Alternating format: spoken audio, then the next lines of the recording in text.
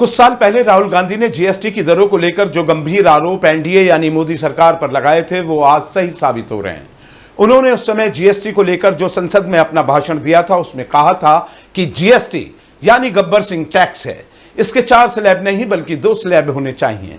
अब देश की वित्त मंत्री निर्मला सीतारमण ने जीएसटी के सिर्फ 2 स्लैब की घोषणा कर दी है, एक 5% और दूसरा 18%, यानी 12 और 28 का स्लैब अब साफ हो चुका है। इन 2 स्लैब से बाजार में बड़ी महंगाई कम होगी, लोगों के जेब पर जो असर पड़ा है वो कम होगा। मार्केट में बड़े व्यापारी भी कहते थे कि पहले नोटबंदी और उसके बाद जीएसटी की दरों ने लोगों की पॉकेट परचेसिंग पावर कम करके रख दी है। अब ये परचेसिंग पावर वापस लौटकर आने की उम्मीद है। दूध, पनीर, रोटी, पराठा और दवाइयां अब पूरी तरह जीएसटी फ्री हो गई हैं। टूथपेस्ट, शैम्पू, नमकीन, नूडल्स, चॉकलेट, कॉफी और घी जैसी रोजमर्रा की चीजों पर टैक्स घटकर सिर्फ 5% कर दिया गया है।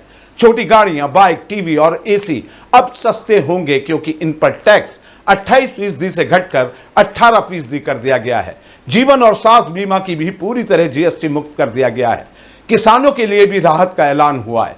खेती के उपकरण और इनपुट्स पर टैक्स कम कर दिया गया है। ये सारे बदलाव 22 सितंबर से लागू होंगे, यानी नवरात्रि से ठीक पहले। इन सब राहतों के बीच सबसे बड़ी बात यह है कि राहुल गांधी जब ये कहते थे तब उनकी हंसी उड़ाई जाती थी, लेकिन आज सरकार वो ही कर रही है जो राहुल ने आज से कुछ साल पहले जीएसटी को लेकर कहा था, यानी कि गब्बर सिंह टैक्स। गब्बर सिंह टैक्स का मतलब उनका यह था कि जबरदस्ती थोपा गया कर, जिससे आम पब्लिक की कमर टूट गई थी।